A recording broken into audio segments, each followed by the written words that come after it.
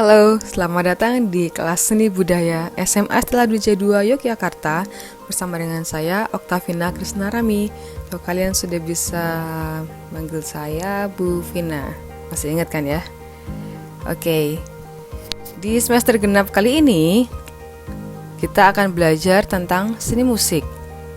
Nah, kalau kemarin semester ganjil sudah belajar tentang seni rupa, seperti yang sudah saya sampaikan, di SMA sekolah ini kita punya dua seni musik, yaitu seni rupa dan seni musik. Walaupun sebenarnya saya berharap kita bisa ketemu semester ini, tapi ternyata situasi masih belum memungkinkan. Tapi tidak apa-apa, mari kita bersenang-senang dengan seni musik di semester genap ini. Let's go. Untuk agenda hari ini kita akan, yang pertama saya akan sosialisasi kompetensi dasar. KD itu kompetensi dasar ya, udah tahu kan. Dan kemudian kedua ada materi pokok, nanti akan masuk ke materi yang akan kita pelajari selama satu semester ini. Yang ketiga nanti ada penugasan untuk hari ini. So let's get started. Nah, sebelum masuk, saya mau ingetin lagi, di Google Classroom materi ini kan sudah ada. Jangan lupa tulis nama, kelas, dan nomor absen di kolom komentar sebagai tanda kalian sudah mengunduh file ini.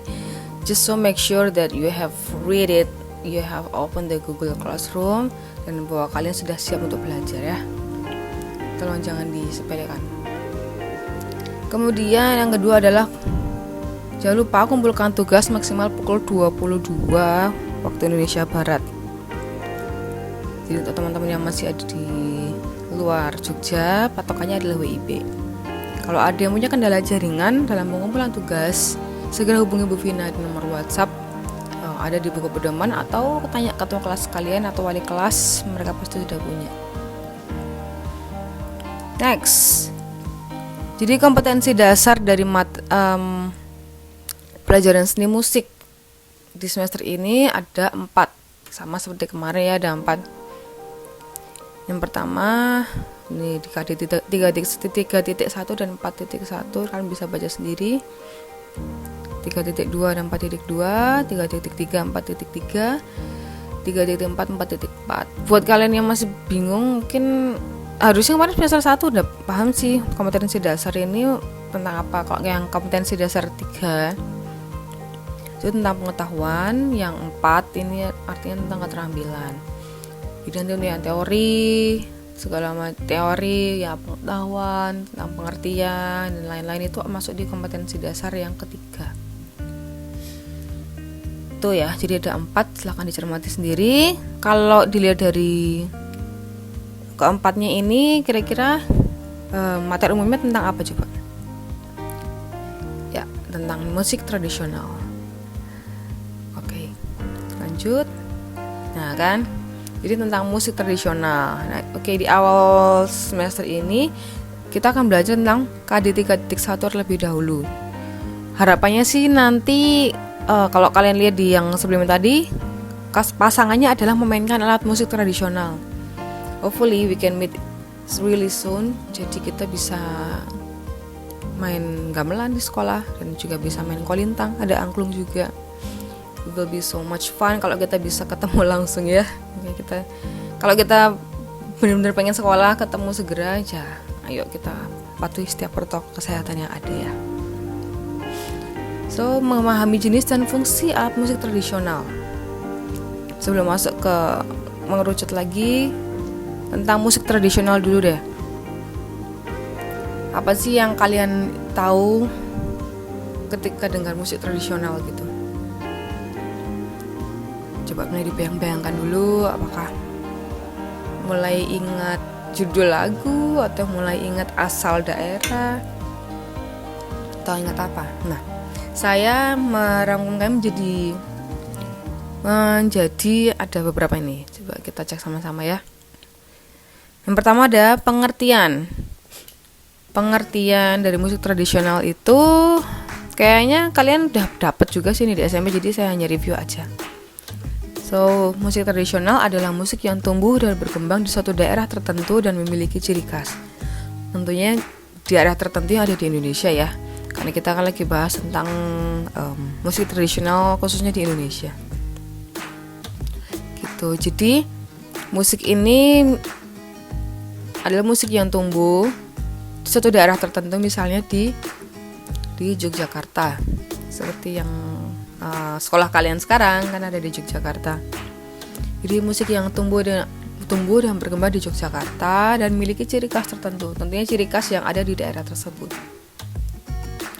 Selanjutnya ada ciri-ciri dari musik tradisional itu. Yang pertama ada menggunakan bahasa daerah asal. Jadi yang disebut dengan ciri khas tadi adalah biasanya menggunakan bahasa daerah tersebut. Contohnya kalau musik tradisional dari Yogyakarta, ya berarti menggunakan bahasa daerah dari Yogyakarta, yaitu bahasa Jawa. Musik tradisional daerah mana ya, Medan atau Sumatera Utara, berarti menggunakan bahasa Medan, Sumatera Utara. Bahkan kok di Medan pun juga atau Sumatera Utara kan bisa luas ya, lebih luas lagi, ada bahasanya bisa berbeda kalau nggak salah ya. Coba teman-temannya dari Sumatera Utara, apakah saya betul? Jadi mungkin musik tradisionalnya atau mungkin lagunya pun bisa menjadi bahasanya yang beda. Alat-alat musiknya pun juga berbeda-beda. Nah, kemudian masuk ini yang kedua ya. Ciri-cirinya dia menggunakan alat musik khas daerah. Jadi di setiap daerah di Indonesia itu punya alat musik khasnya masing-masing. Balik lagi sebagai contohnya di Yogyakarta ada alat musiknya yang paling khas yang mudah ditemukan, yaitu apa? Biola? Oh enggak ya. Gamelan. Ya nanti bisa dieksplor lagi alat-alat musik yang di setiap daerah di Indonesia itu ada apa aja. Kemudian ciri yang ketiga adalah memiliki makna tertentu. Balik lagi kalau di Jogja ada lagu atau alat musik yang dia memiliki makna tertentu. Contohnya di Jogja itu ada lagu Gundul Pacul.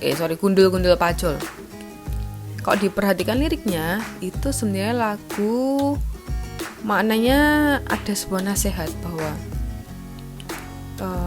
Gundul Pacul kembali. Jadi kalau orang itu sebenarnya tidak boleh jadi sombong, karena kalau sombong nanti akan wakul lempang segane dadi sak latar. Jadi kalau kita kebanyakan tingkah, kebanyakan pola gitu, nanti kita akan jatuh dengan sendiri, jatuh dalam tanda kutip ya. Segane dadi sak latar. Jadi semuanya akan jadi berantakan begitu. Ya, jadi setiap lagu itu ada maknanya. Ciri yang keempat itu biasanya anonim. Anonim itu artinya tidak ada nama pembuatnya. Nah, itu ya ciri-ciri yang dimiliki oleh musik tradisional. Kalau kalian menemukan ciri khas lagi, silakan boleh tulis nanti di buku catatan kalian, ditambahkan sendiri ya. Nah, selanjutnya musik tradisional juga memiliki fungsi. Salah empatnya. Ada beberapa fungsi, yaitu yang pertama bisa untuk mengiring tarian dan mengiring upacara adat, menyambut tamu dan sebagai hiburan. Kalau mengiringi tarian, balik lagi kalau karena ini saya basicnya karena saya di Jogja dan saya orang Jogja asli. Jadi kalau mengiring tarian, saya kasih contohnya ada di Jogja ya. Misalnya mengiring tarian, kalau di Jogja kan juga ada tari-tari tradisional.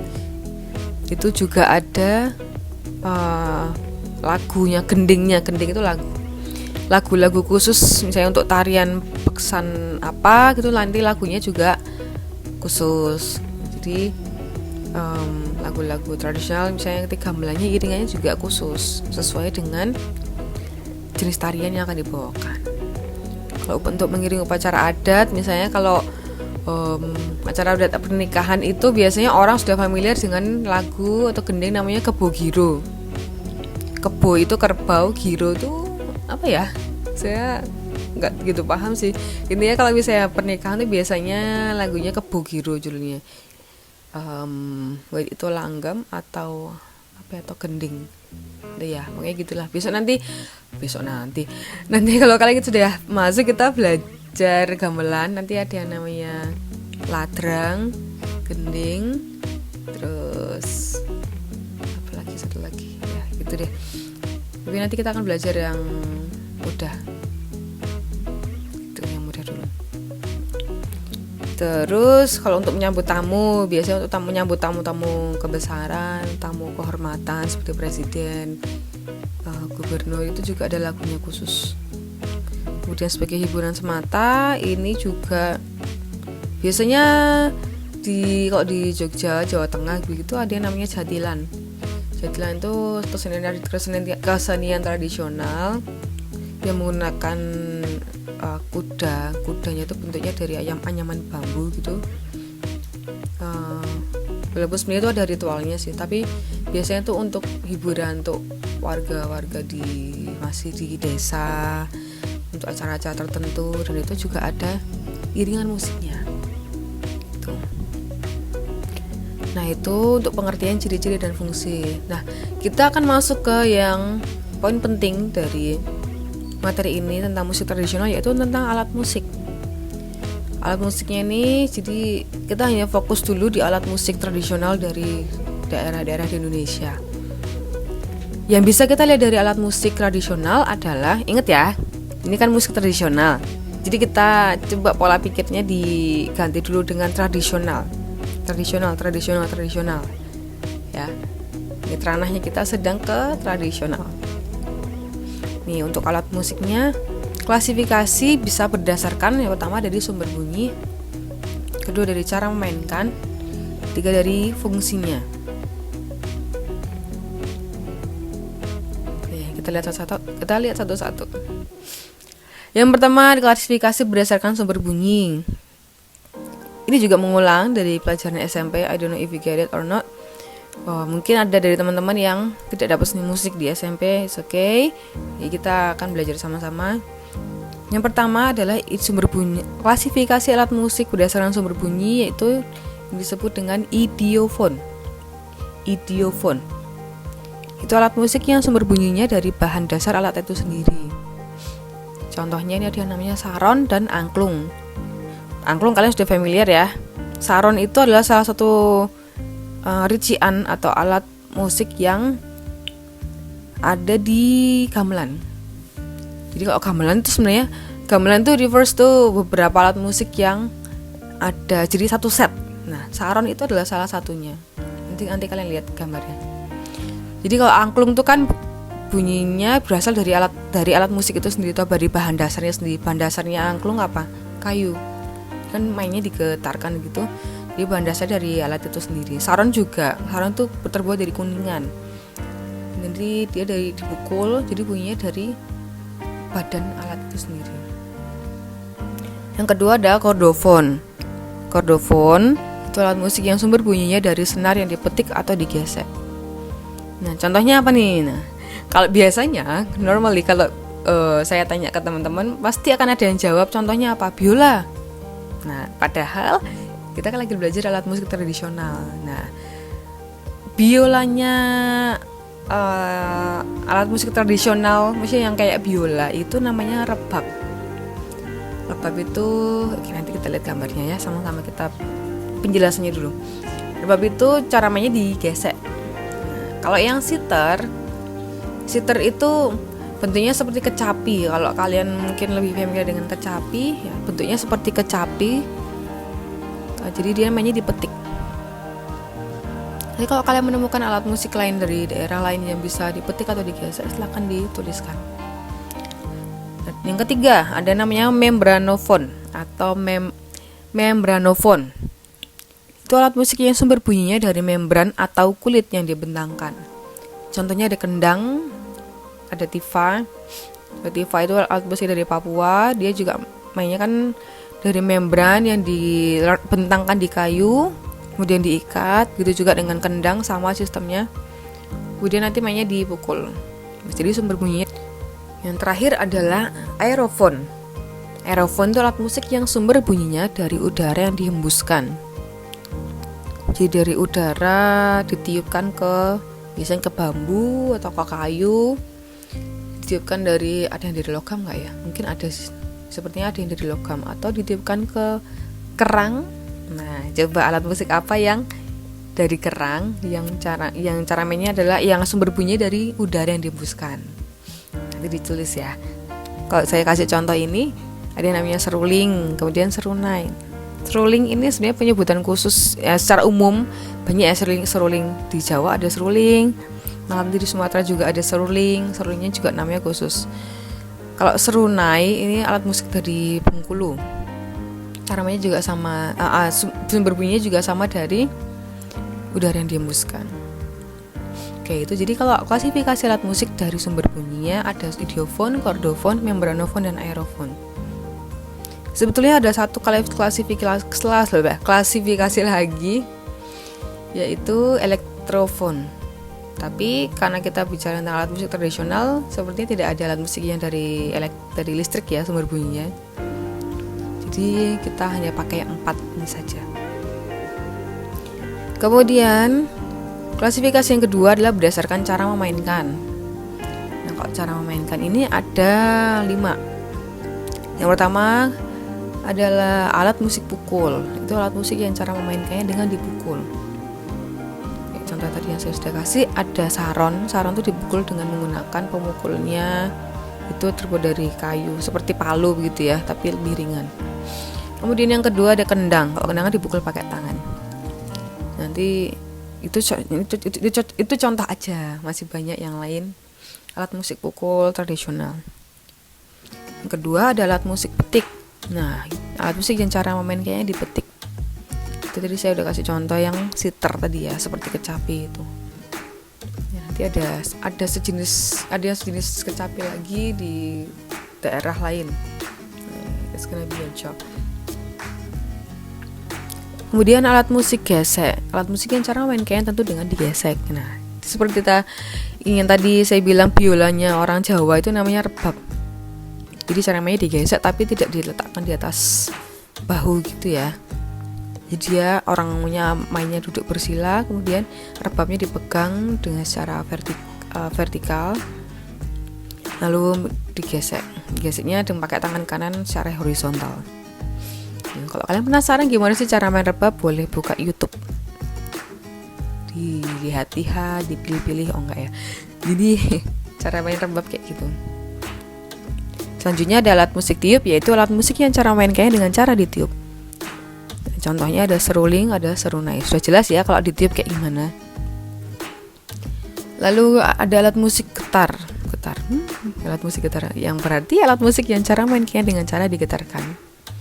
Contoh yang paling nyata tadi adalah angklung. Angklung kan cara mainnya tidak digesek, tidak ditiup, tidak dipetik atau apalagi dipukul, tapi dengan cara digetarkan. Ada satu lagi alat musik yang cara mainnya digetarkan juga. Cari ya. Itu tadi klasifikasi alat musik dengan berdasarkan cara memainkannya, ada 5. If you find another way, kalau kalian menemukan cara memainkan yang lain, boleh nanti ditulis, dilengkapi sendiri. Yang ketiga adalah klasifikasi alat musik berdasarkan fungsi. Yang pertama, alat musik melodis. Alat musik melodis ini fungsinya memainkan melodi. Melodi itu artinya nada-nada yang digabungkan dan membentuk suatu harmoni yang indah. Membentuk suatu melodi yang indah, membentuk bunyi yang indah begitu ya. Nah, contohnya di sini ada saron, ada seruling. Jadi nanti alat musik yang memainkan melodi pokok atau melodi utama, atau melodi yang nantinya akan berharmonisasi dengan alat musik yang lainnya. Itu. Kemudian yang kedua ada alat musik harmonis. Alat musik ini fungsinya memainkan harmoni atau akord. Jadi kalau tadi ini secara umum lagi ya. Kalau tadi ada melodi itu rangkaian nada, sedangkan akord atau harmoni, akord sih lebih tepatnya, akord itu adalah rangkaian lebih dari 2 nada yang dimainkan secara bersama.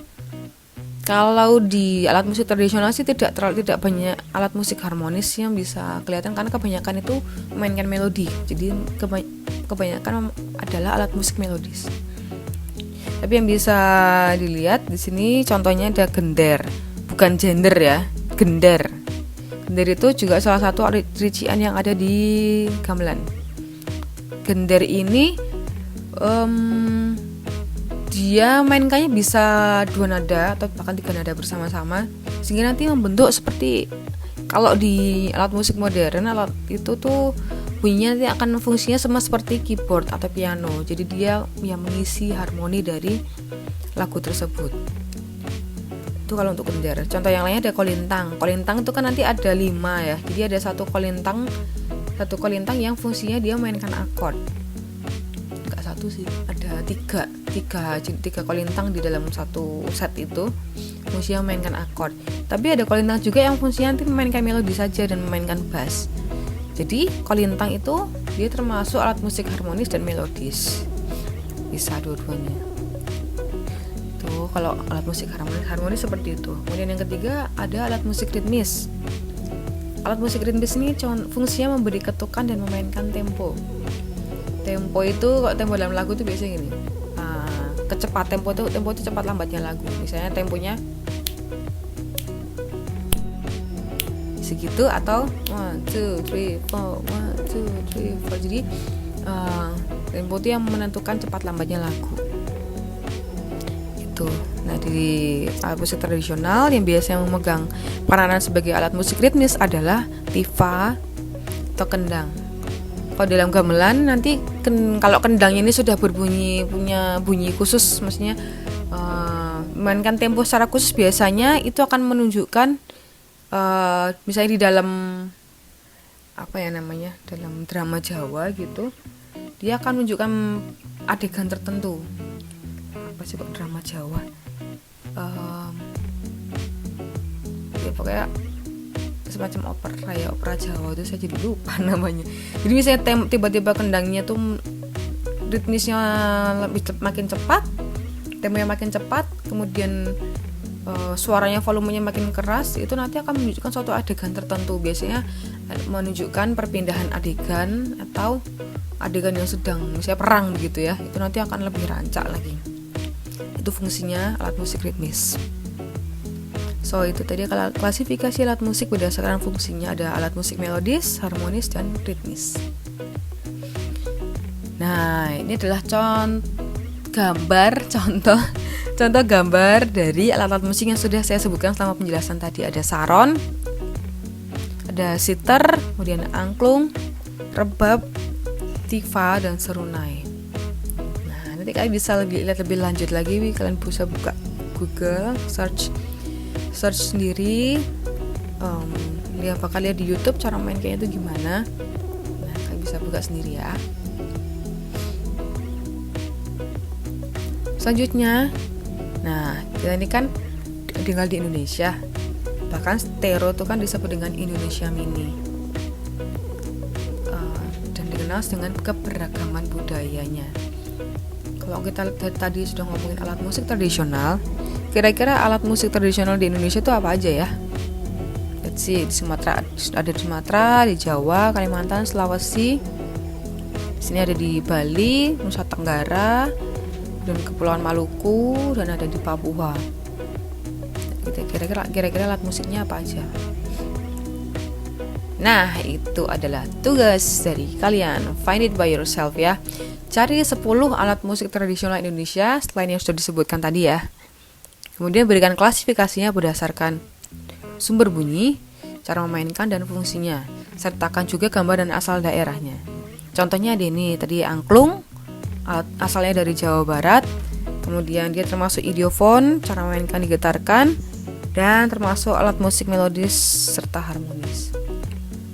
Oke, kemudian kerjakan di Microsoft Word atau PowerPoint atau Canva atau PixArt atau aplikasi lain yang kalian suka dan kuasai. Seperti PowerPoint ini saya buatnya di Canva. Karena saya sedang belajar mendalami lagi dan ternyata seru juga pakai Canva. Mungkin kalian udah pernah pakai lebih dulu. Ya, buat semenarik mungkin. Kemudian bisa dalam bentuk PDF atau JPEG atau Word. Itu nggak masalah, yang penting tugasnya harus masuk di GC ya. Begitu. Kalau kalian masih ada yang kurang jelas dengan penjelasan ini atau kurang jelas dengan tugasnya, silakan hubungi saya atau bertanyalah di kolom komentar di Google Classroom. Don't be shy. Saya harap kalian bisa aktif walaupun masih PJJ. Tolong be aktif ya. And that's it. Finally, thank you for joining today's class, teman-teman. Anak-anak, itu yang bisa saya kasih penjelasannya. Be wise and be diligent. Jangan sampai numpuk tugas. Oh ya, saya juga mau ucapkan terima kasih untuk evaluasi yang sudah diberikan. Terima kasih dan saya minta maaf kalau kemarin masih belum baik, belum sesuai dengan ekspektasi kalian. Dan I'll do my best for this semester. Kita kerjasama bareng-bareng ya. Untuk teman-teman yang masih belum rajin atau masih harus dikejar-kejar lagi tugasnya akhir semester kemarin, kemarin semester itu benar-benar luar biasa sih. Saya dan semua guru ngejar-ngejar tugas dari anak-anak yang belum ngumpul itu sampai jadi ya kita sama-sama besok, jangan sampai akhir semester atau nanti akhir rapat mau PTS itu baru ngerjain semuanya. Oke, itu saja. Jadi silakan mengerjakan, silakan kita selamat belajar, dan kita ketemu lagi minggu depan di materi berikutnya ya. Jangan lupa kumpul tugas sebelum jam 10 malam waktu Indonesia Barat. Terima kasih, selamat belajar, bye.